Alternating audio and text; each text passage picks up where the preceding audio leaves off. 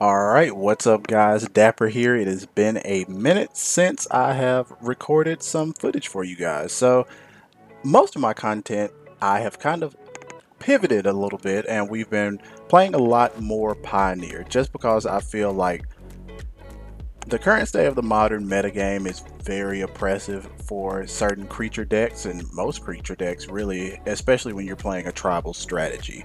And just with vampires and kind of how they are being a little bit of a slower tribe and they're already decently positioned, pretty well positioned in mono black, and then of course we have people in the Vampires MTG Discord doing very well with black white.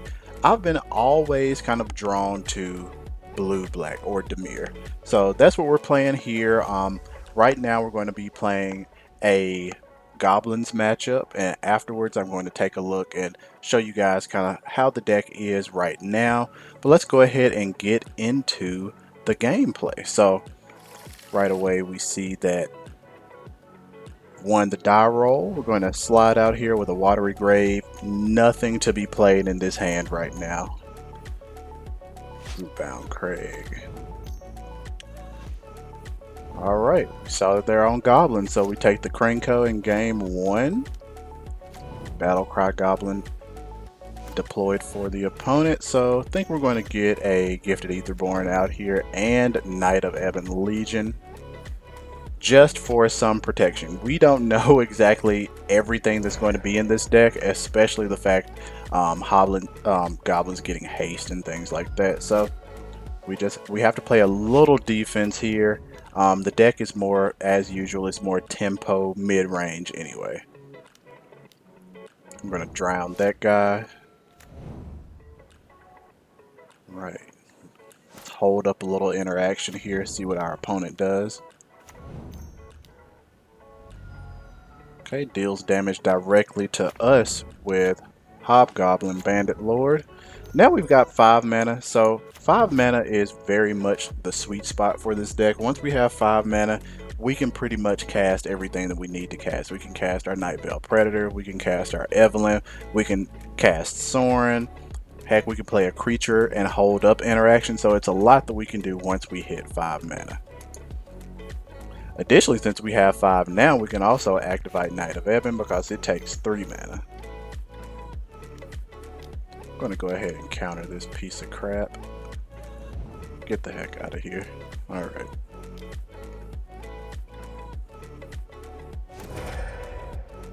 Alright. Took out Hobgoblin. Okay, let's get out Sorin. So we've gotten to a steady state here. Our opponent has no cards in hand. We've got Sorin out, and we're still alive, and they're definitely more of an aggro matchup, so we're just going to let it do what it do here. Sorin dies, that's okay. Get out Gifted Aetherborn. Start dealing some damage here. So with this deck, this is what we want to do. We want to essentially drain them of their resources, kill their creatures, get us to a point where we can actually do something because we're not aggro, and then we can kind of slowly but surely turn the tide. Drawing a card, which was completely useless here. Attack with the team. Get Krenko the heck out of there. One great thing about Hive of the Eye Tyrant is that it does have menace, so that's really helpful. Alright, and it looks like the opponent has conceded. So, time to go to game 2. Alright, let's get started with game number 2. Hopefully we can close it out. Well, I know whether or not I did close it out because this is a replay, but it's fun to watch the replay.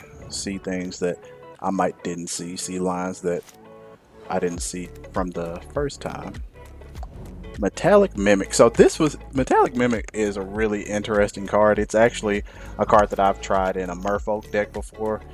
I'm not sure, it definitely won't work in a vampire deck, or not in the style of play that I want to play because I'm not necessarily playing an aggro strategy. So opponent is getting off to a really good start here.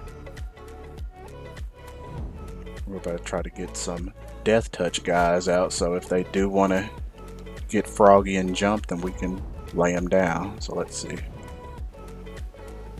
Qube attacking is incredibly dangerous. They get 8 Goblin tokens. Not too much we can do here. Well, we're just going to see if we can draw. Alright, so we went ahead and conceded. There was absolutely nothing that we could have done here. If you take a look at the sideboard, this is not my current sideboard. I took out a Mystical Dispute and I put in the sorcery that gives all creatures of a certain type that's not of a certain type -3/-3. So sided it in would have been great for this match because I could have just wiped their entire board and they would have had 1 card in hand, which would have been great for us. We could have slowly started deploying our creatures, but it just didn't work out that way. So last game, best game. Time for game 3. Alright, game 3 it is. Let's go ahead and get it rolling. We are on the play, so let's go ahead and get our Knight of Ebon Legion out. Good hand. This is a good hand. I don't want to play it too fast. Really want that 3rd land though, so that's going to be huge. Let's go ahead and start the onslaught here. Of course. Alright, let's get out Nighthawk Scavenger. So basically I sided these guys in for Death Touch, Flying, Lifelink. You see all the stats on this guy. So it's a solid card to have out. Let's get out Sorin. Alright, so now we're out of a Braid territory. Oh, but we're not out of Plummet territory. So that really didn't matter. Got Metallic Mimic. So now I think I'm about to start on a ghoul loop. Let's go ahead and start whacking these guys down.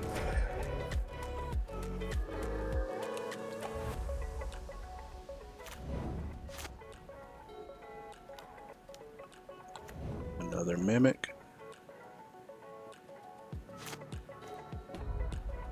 Okay. Sack it again. Kill their Mimic again.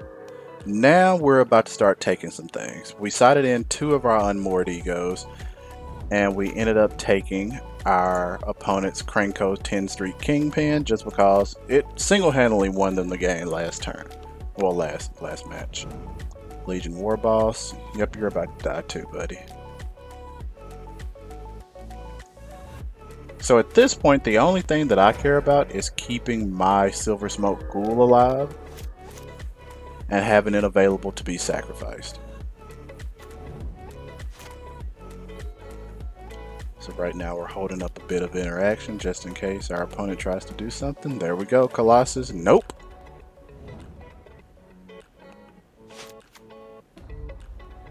Get it back, knock down that token. Gonna Unmoored Ego. We're going to go with their Hobgoblin Bandit Lord, another +1/+1 goblin. Really strong card from the opponent. The opponent's deck is strong, so we have to do what we can. I was not expecting a CoCo, but we got it, so we have to deal with what we've got out there. So that was pretty much, in my opinion, when you see an opponent playing a CoCo, it's a kind of a last-ditch effort depending on where they are in the game.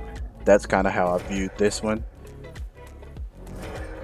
So steadily sniping their guys down. Get out a Nighthawk Scavenger. So at this point, the tide has fully turned. And the opponent has conceded. So this is a really, I mean, hats off to the opponent. This is a really good match. They sided in a lot of really good cards. Plummet is freaking great. I don't know if they sided in Metallic Mimic because I don't believe we saw that in game number 1, but once again, just adding to the aggro strategy. CoCo is great. They have a lot of really good lords. This Hobgoblin Bandit Lord is really good with extra activated abilities. Qube is really good. It's not a lord, but it might as well be. Alright, so that was it for game 3. Got the dub with Dimir Vampire, so more of a controlling build. So now we're going to go with a very quick deck tech, show you guys what we're working with. Alright, so we're in the deck builder over here. I have a few versions of basically everything. I went back and forth. I was testing out a build with Reject, and I saw that Reject was really good, but it was falling flat on its face a lot. And it seemed like every time every time I played an opponent who was just casting non-creature spells, I was just having Reject in my hand, and of course that just felt amazing. So right now I'm testing out this build of blue-black vampires. We're running 22 lands. We've got two castle, the pathways, catacomb, one hall, two hive, two island, five swamp, and four watery grave, giving us that total of 22. In terms of the interaction that we have in the deck, we're dealing with two Blood Chief's Thirst, any creature, any planeswalker. Fatal Push for CMC and below. Thoughtseize, two of them. 3 Drown in the Lock. 3 Mystical Dispute. And that's pretty much the interaction package. Now, I do have 2 Thirst, 2 Thoughtseize in the sideboard. So clearly this deck is a work in progress. I'm always tweaking it. Probably if I didn't tweak it so much, I could get a better baseline as to how this thing actually performs. But we're just going to keep tweaking it until I can start feeling really confident with it. Drown in the Lock can be a major feel bad if you just have this thing in your hand, because it's based on the opponent's graveyard. If things aren't getting killed, if they're not sacking things, if you're not killing things, then this card it's pretty much a mid-game card. It's not an early card. So probably, I feel like Drown in the Lock might either need to be sideboard tech and go ahead and run 4 Thirst in the main, and then another counter spell, and maybe another like 2 negates, something like that.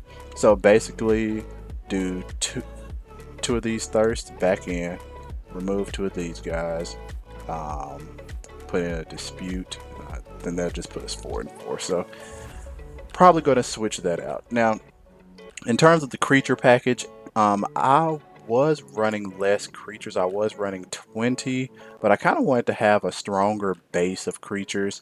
So what I've done at this point is that we're running 22. So I've got 4 Knight, 4 Zealot. Zealot is for card draw only. I mean, it's not useful in any other fashion. Etherborn, 2/3, Death Touch, Lifelink. What's not to like? Silver Smoke Ghoul, so you can get the Ghoul and Sorin package. Other than that, Silver Smoke Ghoul in and of itself is not a good creature. Of course, it's a 3/1, but it dies to everything really quick. Night Veil Predator, which is one of my pet cards, and I'm always going to play that in my blue-black list. But Flying, Death Touch, and Hexproof, having something that your opponents cannot interact with, I feel like is really tough to beat. If this guy hits the battlefield, a sweeper can get it, but other than that, what is your opponent going to do? And of course, last but not least, 2 copies of Evelyn. Evelyn is a champion of the deck. If she comes out, especially if I flash her in while my opponent's tapped out, she takes over the game.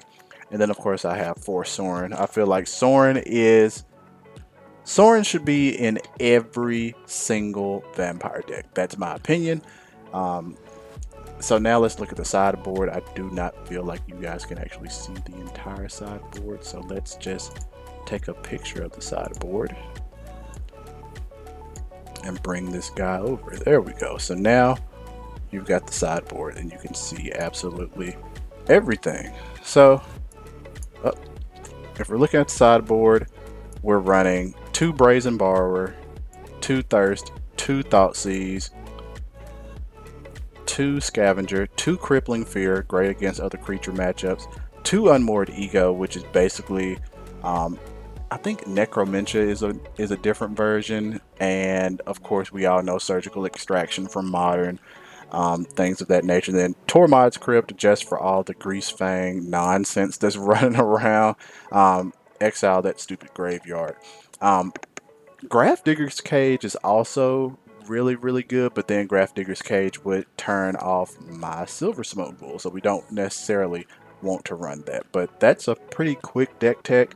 Gave you guys reasons for everything. Brazen Borrower just for dealing with permanents. Now, this can deal with artifacts and enchantments, which of course, like Blood Chief's Thirst, Fatal Push, things like that, we're just dealing with creatures and planeswalkers. So this can deal with any permanent. So that's why that guy's in. Thoughtseize, just hand disruption. Nighthawk Scavenger, this could be a question mark in the future.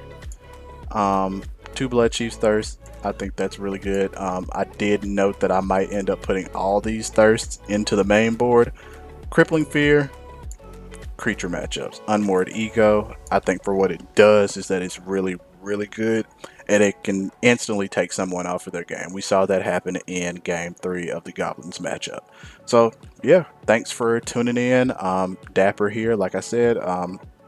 Been doing a lot more Pioneer as of late, just because I actually feel like I can play Magic. It feels like Modern felt a few years ago when I started back playing. I want to say, for a little background, I started back playing Magic around 2017, 2018 after taking a break since high school. So I graduated high school in 2006. So I was playing Magic a long time ago, it seems. And I definitely like Pioneer's slower pace, lots of really good interaction, and like I said, it feels like I can actually play Magic. So that's the deck, that was the game. Thanks again for watching, and I'll holler at you guys later.